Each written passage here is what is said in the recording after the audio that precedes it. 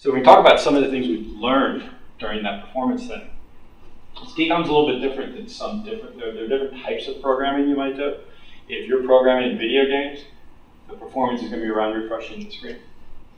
In the Deacom world, screen refreshes are free.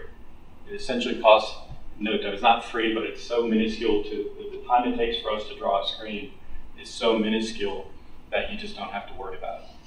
It's almost nothing. The second thing is, and again with Deacom, if you're running a company doing, say, DNA research, the amount of lines of code that you have to run become very significant, because you might be running billions of lines of code, which is going to take a while to process. In the Deacom world, lines of code are essentially free. It doesn't matter how many lines of code you have, they are essentially going to run instantaneously. We actually tested this back in 2002. We created a little loop program and said, okay, run 10 million lines of code. How long does it take? And it was not a long amount of time at all. And so for Deacom, we're not code intensive per se. We're logic intensive. And the last part is something we have to worry about, which is data. We're very data intensive in Deacom. The thing which is your performance hindrance is generally always going to be data. Now it's interesting, we did a lot of testing on this, and the number of rows in a table, if I'm going to find one record, and I have a properly indexed table, the number of rows in the record does not significantly impact performance. I was actually pretty surprised to find that.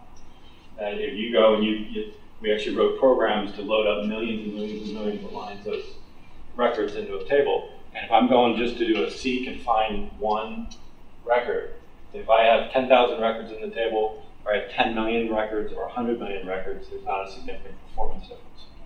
So when I'm getting one record, it should be free.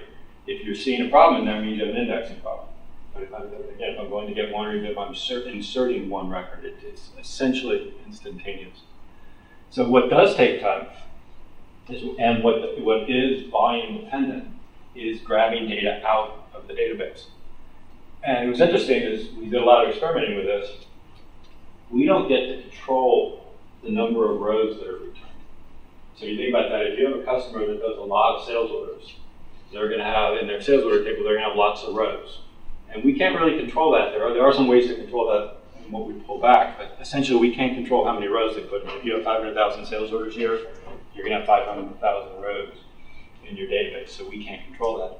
What we can control is the width, because there's two things which impact that performance. The first thing is how many rows that we pull back, and the second thing, which is equally important, is the width. And the performance is actually pretty linearly calculated as x times y. It's the number of rows times the width. So one thing you'll see as you look in Deacom, we have very narrow tables as a general rule, or as narrow as they can be. So things like the general ledger table is pretty narrow. And your result set of what you pull back is critically important. You guys are all probably familiar with how we do the grid searches, that we only pull back what they actually need.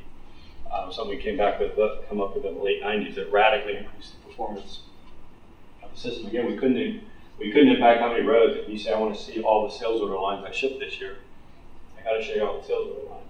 But we could impact what we brought back. And so that width of the tables is very impactful. And it's a direct correlation between that and performance. If you bring back twice as wide a table, it's going to take twice as long. And that's going to slow things down pretty dramatically when you do that. So that's the most important thing in performance is the size of that result set you're bringing back.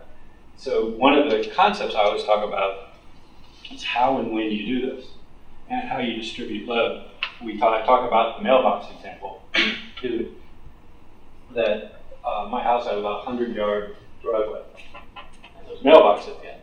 And if the mailman comes and puts a bunch of letters in there, and I go out and get one letter and walk back to the house, and walk back to the mailbox and get a letter and walk back to the house until the thing's empty, it's going to take me a long time. And by changing the structure of that, by grabbing them all together and then bringing back and sorting them out, I can speed that up. Where I can speed it up even better, so we've already talked about it, if I have 1,000 letters out there, it might take me a long time to pull that up. If I can throw things out of the curb and throw them right in the trash, then it's going to make it even faster. So how we do things and that set theory, how we bring things back, is actually very, very, very important.